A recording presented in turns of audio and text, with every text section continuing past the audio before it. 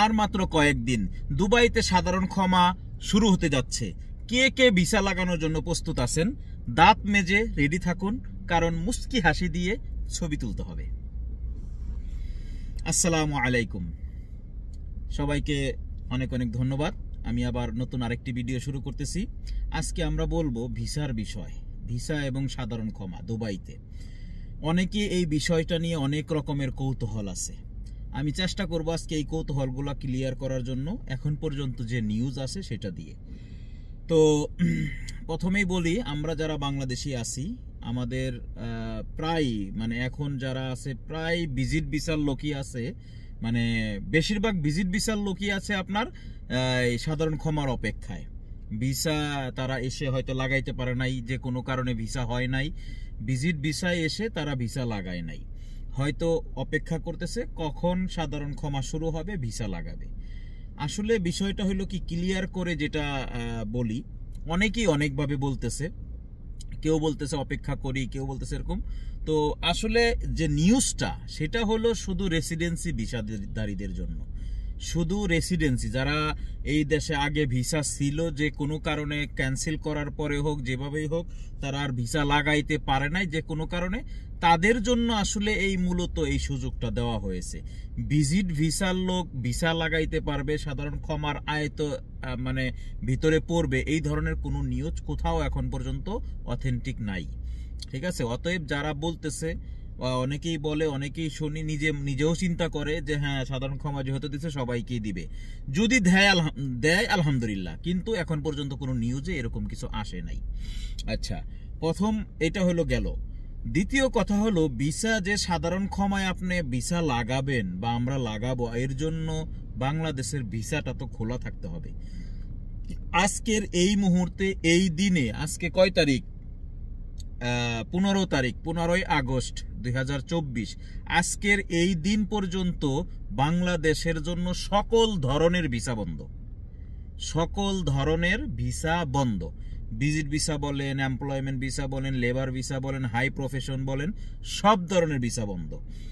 কোনো ভিসাই হচ্ছে না। বরঞ্চ কেউ কেউ লেবার অ্যাপ্রুভাল নিয়ে রাখছে, সেটাও ভিসার জন্য অ্যাপ্লাই করলে রিজেক্ট আসতেছে। এই সময় কেউ কারো সাথে ভিসার লেনদেন করতে গেলে অবশ্যই খুব ঠান্ডা মাথায় চিন্তা করে করবেন। কারো সাথে আমি বলবো অন্তত এই মাস বা আরো সামনে অথেন্টিক নিউজ না পাওয়া পর্যন্ত কেউ কারো সাথে লেনদেন করবেন না। অনেকেই আপনাকে বলবে হ্যাঁ ভিসা হচ্ছে, এটা হইতেছে, টাকা দেন, সে তারা ঘোরাবে, তাছাড়া কোনো অপশন নাই।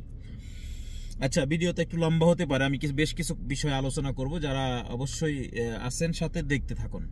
তো এখন হলো ভিসার বিষয়টা গেল, এখন সাধারণ ক্ষমার বিষয়টা। এটা হলো বাংলাদেশিদের জন্য এখন পর্যন্ত কোনো সুখবর বলা যাচ্ছে না, ঠিক আছে, কারণ ভিসা বন্ধ। যদি আল্লাহ পাক সহজ করে দেয় যে না, ভিসা 1 তারিখ থেকে, সেপ্টেম্বরের 1 তারিখ থেকে যে শুরু হচ্ছে, সেখান থেকে বাংলাদেশের ভিসাটাও যদি ওপেন করে, সেই ক্ষেত্রে বাংলাদেশি ভিসা ট্রান্সফার হবে এবং লাগবে। এখন ট্রান্সফার ভিসাও হচ্ছে না, যারা ইনসাইড কান্ট্রিতে আছেন, ট্রান্সফার এতদিন চলতেছিল, সেটাও বন্ধ। তো যারাই করবেন বুঝে শুনে ঠান্ডা মাথায় চিন্তা করবেন, এবং ভিজিট ভিসাদারী যারা আছেন তাদেরকে বলবো দোয়া করেন আল্লাহ পাক যদি আপনাদের দেখা গেছে শুরু হয়ে গেল, তখন এই ঘোষণাটা নতুন করে আসলো, সেটার জন্য তো আলহামদুলিল্লাহ ভালো হবে। আর যাদের পাসপোর্ট এখনো রিনিউ করেন নাই, বা যারা ভিসার জন্য রেডি আছেন বা করবেন আশা করতেছেন, তারা অবশ্যই পাসপোর্টগুলো রিনিউ করে রাখবেন। এই সময় কারো সাথে কোনো টাকার লেনদেন করবেন না, এটা হলো সবচাইতে বড় খবর, বড় কথা। তারপরে আসেন হলো পার্টনার ভিসা। পার্টনার ভিসা এখন এমনভাবে দিচ্ছে, সেটা হলো একটা লাইসেন্সে একটা ভিসা হচ্ছে, তাও অরিজিনাল অথেন্টিকভাবে অফিস দেখাইতে হইতেছে।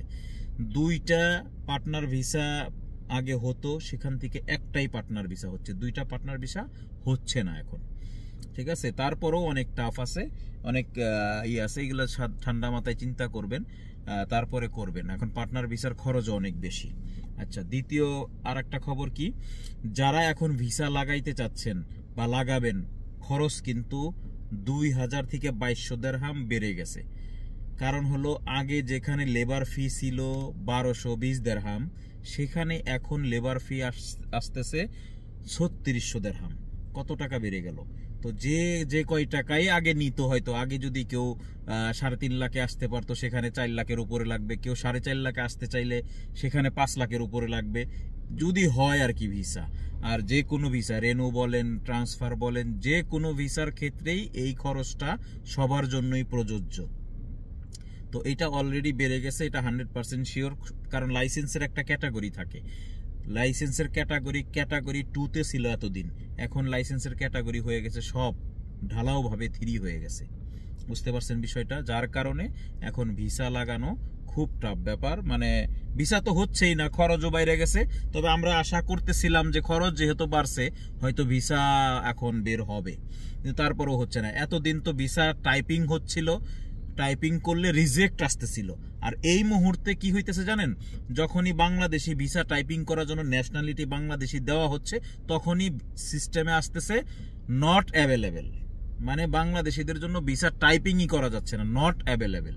এখন এই নট অ্যাভেলেবেল কতদিন থাকবে আল্লাহ ভালো জানে, আল্লাহ মালুম। যাই হোক, তবে আমাদের সরকারের কাছে এটা আবেদন থাকবে, যদি সরকার এখন বাংলাদেশের সরকার যদি দুবাইয়ের সরকারের সাথে আলোচনা করে যদি একটা মিউচুয়ালে আসতে পারে, হয়তো এটা সম্ভব। এখন জানি না, আল্লাহ পাক ভালো জানে কি হবে আগামীতে। বাংলাদেশের ভিসা কি আরো আদৌ খুলবে কিনা তাও জানি না। তবে দোয়া করতেছি যদি আল্লাহ পাক সবকিছু সহজ করে দেন যেন। আর এই হইল আপাতত খবর। অথেন্টিক কোনো নিউজ ছাড়া কারো কাছে কোনো টাকা পয়সা দিবেন না, লেনদেন করবেন না। অনেকেই বলতেছে ভিসা লাগাই দিবে, এটা করবে। ভিজিট ভিসার লোকদেরকে, ভাইদেরকে বলবো অবশ্যই আপনারা কারো সাথেই কোনো লেনদেনে আগেই যাবেন না ভিসা না লাগানো পর্যন্ত। কারণ অনেকেই প্রতারিত হবেন যে আমরা ভিসা লাগাই দিব, টাকা দেন, 2000 দিরহাম দেন, 5000 দিরহাম দেন, আমরা করে দিব, অ্যাডভান্স দেন। কারো সাথে কোনো অ্যাডভান্স দিয়েন না, দিলে ধরা খাবেন। কারণ এখন পর্যন্ত কোনো সঠিক নিউজ নাই যে ভিজিট ভিসার লোকের ভিসা লাগবে কিনা। এবং রেসিডেন্সি ভিসাদারীদের জন্য ভিসা লাগবে, কিন্তু বাংলাদেশের ভিসা যদি ওপেন হয়, যদি না হয় তাহলে আল্লাহ ভালো জানে কি হবে। এই হলো নিউজ, অনেক কথা বলে ফেললাম। তো সবাই সাথেই থাকবেন, যদি এর ভিতরে কোনো নিউজ আসে আমরা অবশ্যই আপনাদেরকে জানাবো। সঙ্গেই থাকুন। আসসালামু আলাইকুম।